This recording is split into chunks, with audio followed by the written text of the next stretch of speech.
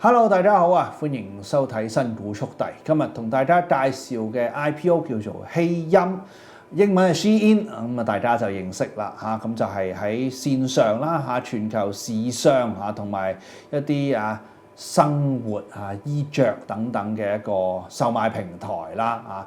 曾經早喺22年就談喺美國上市，就係到而家都未能直到嚟香港招股啊。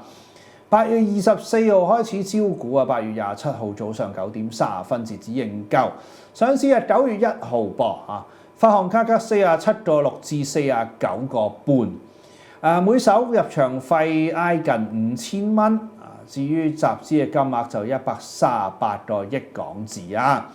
咁由於係電商平台啦，似乎都冇 AI 嘅成分啊，咁我覺得吸引力咧就中性嘅啫，有興趣先去認購啦。我係證監會持牌人，以上所講過嘅股份我係冇財務權益嘅。